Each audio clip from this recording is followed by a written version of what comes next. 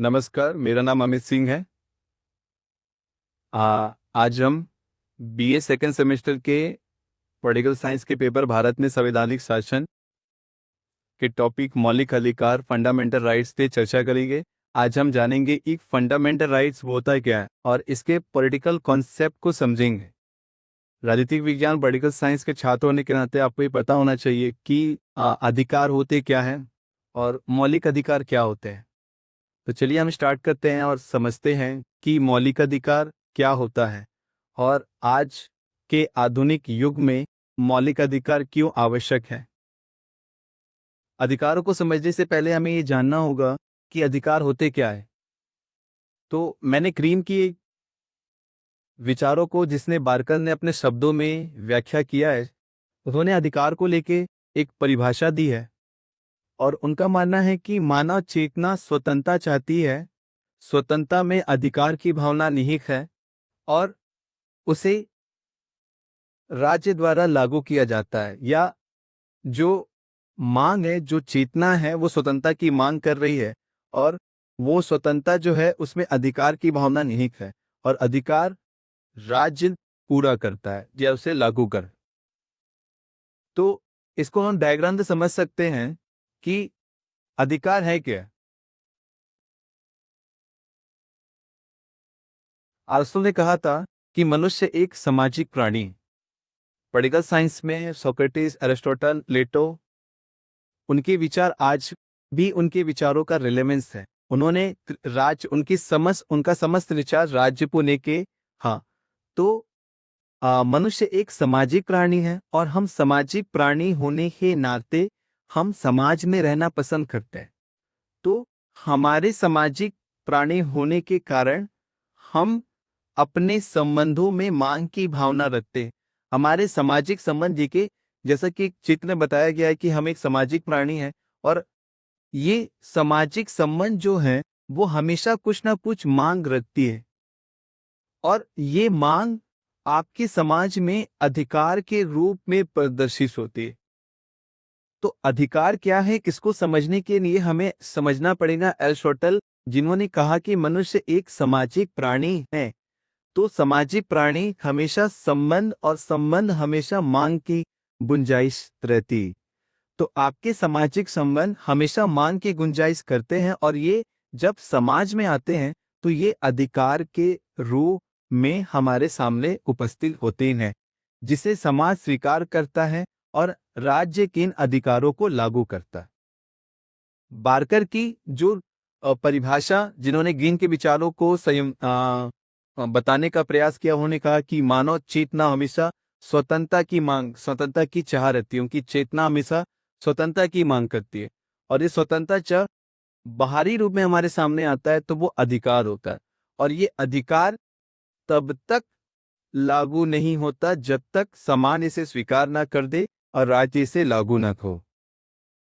यहाँ पर मैंने लिखा भी है कि हम अधिकार हमारी भी मांगे हैं जिसे समाज स्वीकार करता है और राज्य सुरक्षा प्रदान करता है।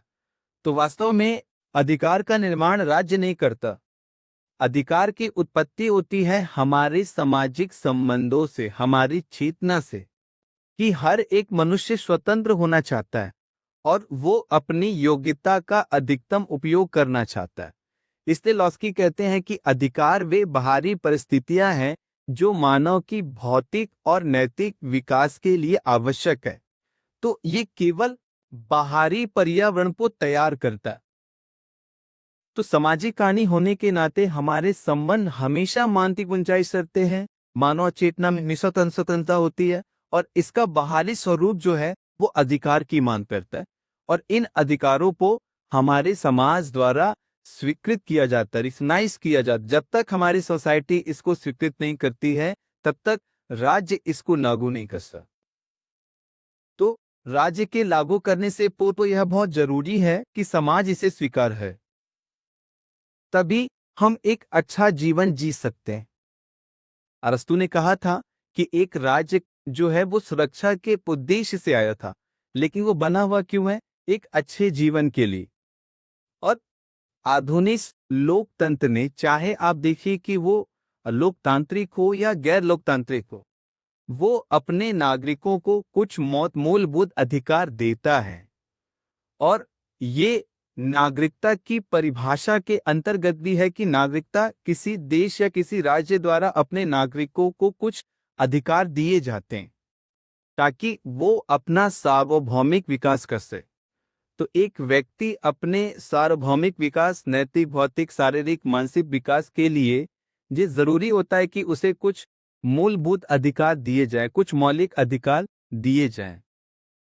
तो इस संबंध में जब इसमें हम मौलिक जोड़ते हैं, मौलिक होता क्या है, इसकी सबसे जो पहला विचार हम सोचे तो जॉन लॉक के बारे में आते हैं। जॉन लॉक, जिसे उदारवाद का जनक भी कहा जाता है, उन्होंने बताया कि मनुष्य के कुछ प्राकृतिक अधिकार होते हैं। मनुष्य के कुछ प्राकृतिक अधिकार होते हैं जिन्हें हम कहते हैं जीवन का अधिकार, दूसरा है स्वतंत्रता का अधिकार, और तीसरा है संपत्ति का अधिकार।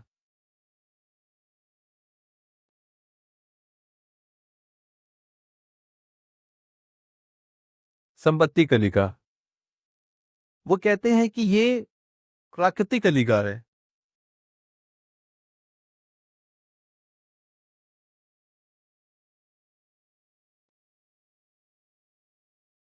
ये ऐसे प्राकृतिक अधिकार जिन्हें हम मौलिक अधिकार भी कह सकते हैं, जिन्हें राज्य द्वारा छीना नहीं जा सकता। राज्य इनको प्रोटेक्ट करता, कि मनुष्यों ने समझौते द्वारा राज्य का निर्माण किया, और जब हमने राज्य का निर्माण किया तो हमने ये तीन ऐसे क्षेत्र थे, तीन ऐसे अधिकार थे जिसे हमने राज्यों को नहीं सौंपा। ये प्रत्येक व्यक्ति के पास सुरक्षित है। जीवन का अधिकार, स्वतंत्रता का अधिकार और संपत्ति का अधिकार। ये वो मूलभूत अधिकार हैं जो एक व्यक्ति के विकास के लिए आवश्यक, जरूरी है। तो मौलिक अधिकार वो बाहरी परिस्थितियां हैं जो मनुष्य को एक ऐसा पर्यावरण बनाते हैं जिससे वो अपना भौतिक और नैतिक विकास कर सके।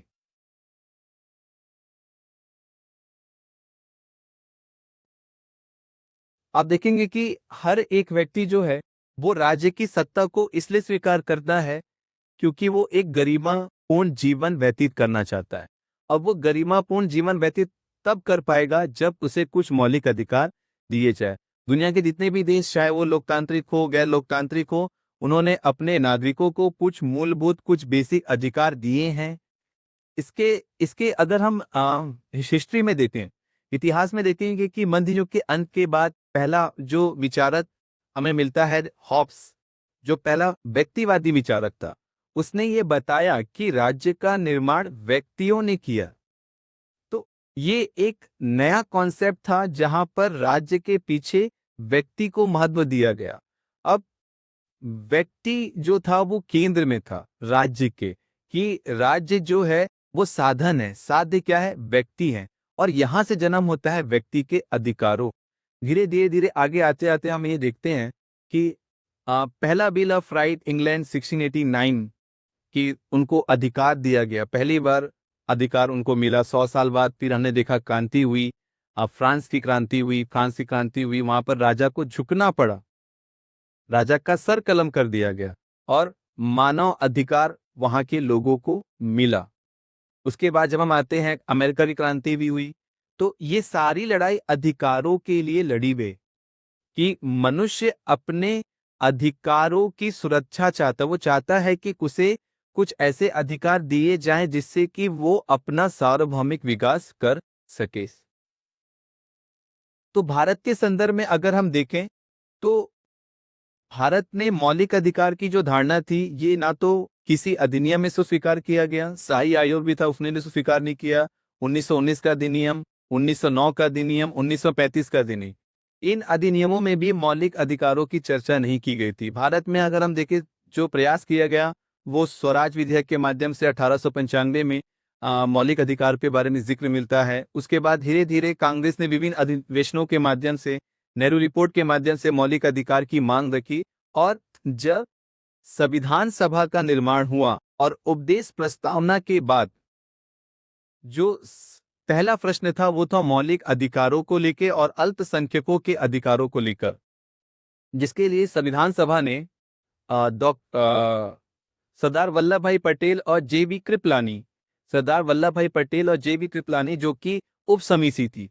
ठीक है, तो जो समिति बनाई गई थी जिसमें सरदार वल्लभ भाई पटेल को मूल अधिकारों और अल्पसंख्यकों के अधिकारों के लिए गठन किया गया था, और संविधान के संवैधानिक सलाहकार B.N. राव, उन्होंने यह कहा कि मौलिक अधिकार और राज्य की नीति निर्देशक तत्व, इन दोनों को ही अलग अलग रखा जाना चाहिए। ये प्रश्न जुड़ा था उनकी प्रकृति से, क्योंकि मौलिक अधिकारों की प्रकृति ऐसी थी कि वो न्याय योग्य था। न्याय योग्य था मतलब आप उसकी मांग के लिए न्यायालय जा सकते थे। मौलिक अधिकारों की प्रकृति ऐसी है कि अगर वो आपसे छीना जाए या फिर उसमें किसी प्रकार से कमी की जाती है तो आप इसकी मांग न्यायालय में जाके कर सकते हैं। लेकिन राज्य के नीति निर्देशक तत्व वो न्याय योग्य नहीं थे। उसके इम्प्लीमेंट के लिए आप सर्वोच्च न्यायालय या हाई कोर्ट नहीं जा सकते। तो B.N. राव ने सलाह दिया और कहा कि भाग 3 में मौलिक अधिकारों को रखा जाए जो न्याय योग्य है। और आप देखेंगे हमारे संविधान में भाग 3 आर्टिकल 12 से लेके आर्टिकल 35 तक मौलिक अधिकारों के बारे में चर्चा की गई है। तो आज की क्लास में हमने ये समझा कि मौलिक अधिकार होता क्या है और उसके पॉलिटिकल एस्पेक्ट्स क्या होते हैं, पक्ष क्या होते हैं। अगली क्लास में हम एक समता के जो अधिकार आर्टिकल 14 से लेकर आर्टिकल 18 में दिया गया है, देख सकते हैं। ये जो आपको डायग्राम में लिखा रहा हूं ये बताता है कि व्यक्ति कितना फ्री है, मतलब विभिन्न विश्व का नक्शा है। ये विश्व के नक्शे में आप देख रहे हैं कि जहां जहां पर आपको एक ग्रीन कलर का दिख रहा होगा, ये ऐसे देश है जहां पर सबसे ज्यादा लोग स्वतंत्र हैं। उसके बाद आप देखेंगे कि जो येलो दिख रहा है यहाँ पर स्वतंत्र तो है लेकिन कुछ प्रतिबंधों के साथ। उसके बाद आप देखेंगे कि जो बैगनी कलर का आपको दिख रहा है यहाँ पर स्वतंत्रता ना के बराबर है, यहाँ के लोग स्वतंत्र नहीं है। तो इसमें अगर भारत को देखेंगे तो भारत, ये H1 ने फ्रीडम हाउस की रिपोर्ट है, फ्रीडम हाउस की रिपोर्ट के आधार पे ये बनाया गया है। भारत को भी उन्होंने पार्शली फ्री रखा है, मतलब यहाँ पर कुछ प्रतिबंधों के साथ लोग, मनुष्य, व्यक्ति जो है वो स्वतंत्र है। ठीक, ज्यादातर आप देखेंगे कनाडा हो गया, अमेरिका हो गया, यहाँ तक कि जमैका भी हो गया, वो भी है। लैटिन अमेरिका में भी आप देखिए ब्राजील जो है यहाँ पर भी स्वतंत्र है।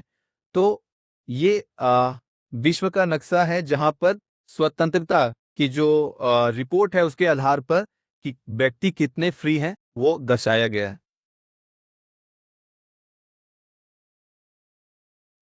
अगली क्लास में हम चर्चा करेंगे, देखिए भारत का जो संविधान है भाग 3 जिसमें हम पढ़ेंगे। सबसे पहले किसी भी कानून की सबसे बड़ी विशेषता ये होती है कि वो अपने शब्दकोश को परिभाषित करता है। और भारत के संविधान के मौलिक अधिकार का भाग 3 आप देखेंगे राज्य की परिभाषा, क्योंकि कानून हमेशा खुद को परिभाषित करता है। भारत के संविधान को भारत का संविधान क्यों कहते हैं इसका जिक्र भी आप पढ़िए आर्टिकल 393, उसमें बताया गया है कि इसे भारत का संविधान कहा जाएगा। उसी प्रकार यहाँ पर आर्टिकल 12 में राज्य को परिभाषित किया गया है। आर्टिकल 13 जो है वो मूल अधिकारों, ये एक तरीके से जो नेचुरल राइट्स है उसको प्रोटेक्ट करता है। और यही से प्रारंभ होता है जुडिशियल रिव्यू। किसी के आधार पर अगर आपके मौलिक अधिकारों पर किसी भी प्रकार को कम या छीना जाता है तो जो सर्वोच्च न्यायालय और उच्च न्यायालय है वो इसी आधार पर, इसमें इसको दो भागों में हम पढ़ते हैं, एक कि संविधान लागू होने से पूर्व के कानून और एक संविधान लागू होने के पश्चात का। ठीक, आगे आप देखिए आर्टिकल 14 से लेकर आर्टिकल 18 समानता का अधिकार है। आर्टिकल 19 से लेकर 22 स्वतंत्रता का अधिकार, 23 से 24 शोषण के विरुद्ध अधिकार, 25 से 28 धर्म की स्वतंत्रता का अधिकार, 29 से 30 संस्कृति और शिक्षा का अधिकार, 31 जो है संपत्ति का अधिकार, 32 संवैधानिक उपचारों का अधिकार। तो हम एक एक खंड पर चर्चा करेंगे, हम इसके एक एक आर्टिकल पे समझेंगे। तो आज की क्लास में इतना ही, सही है।